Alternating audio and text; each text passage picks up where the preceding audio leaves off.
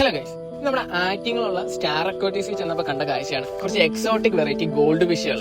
നമ്മുടെ തായ്ലാന്റിലെ ചേട്ടന്മാർ മാത്രം വളർത്തിയത്, നമുക്ക് വളർത്തേണ്ട രണ്ട് ഗോൾഡ് ഫിഷിനെ വളരെ അഫോർഡബിൾ ആയിട്ടുള്ള പ്രൈസ് ആയതുകൊണ്ട് അതിനകത്തൊന്നും നോക്കിയില്ല. അതിനകത്തുള്ള ഒരു ജോഡി ഞാനങ്ങ് എടുത്ത്. നമ്മളെ കൊച്ചിലെ ഉള്ള ചെറിയൊരു സ്വപ്നമായിരുന്നേ.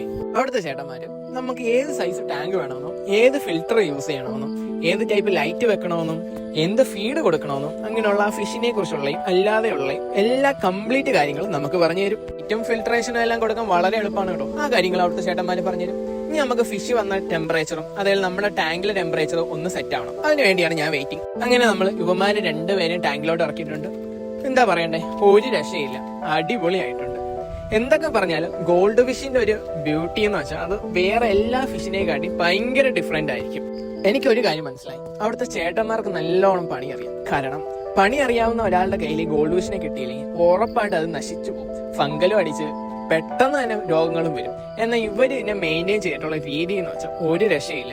നമുക്ക് ഇവരുടെ ടെയിലോ അല്ലെങ്കിൽ ബോഡിയോ അങ്ങനെയുള്ള കാര്യങ്ങൾ നോക്കുമ്പോൾ തന്നെ അറിയാം, ഒരു ചെറിയ പോറല് പോലും ഇല്ല. അപ്പൊ എങ്ങനെ നിങ്ങൾക്ക് ഇതുപോലുള്ള കുഞ്ഞു സ്വപ്നങ്ങൾ ഉണ്ടെങ്കിൽ അത് സ്റ്റാർ അക്വാട്ടിക്സിലോട്ട് ചെന്നാലേ ആ ചേട്ടന്മാര് സഹായിക്കും.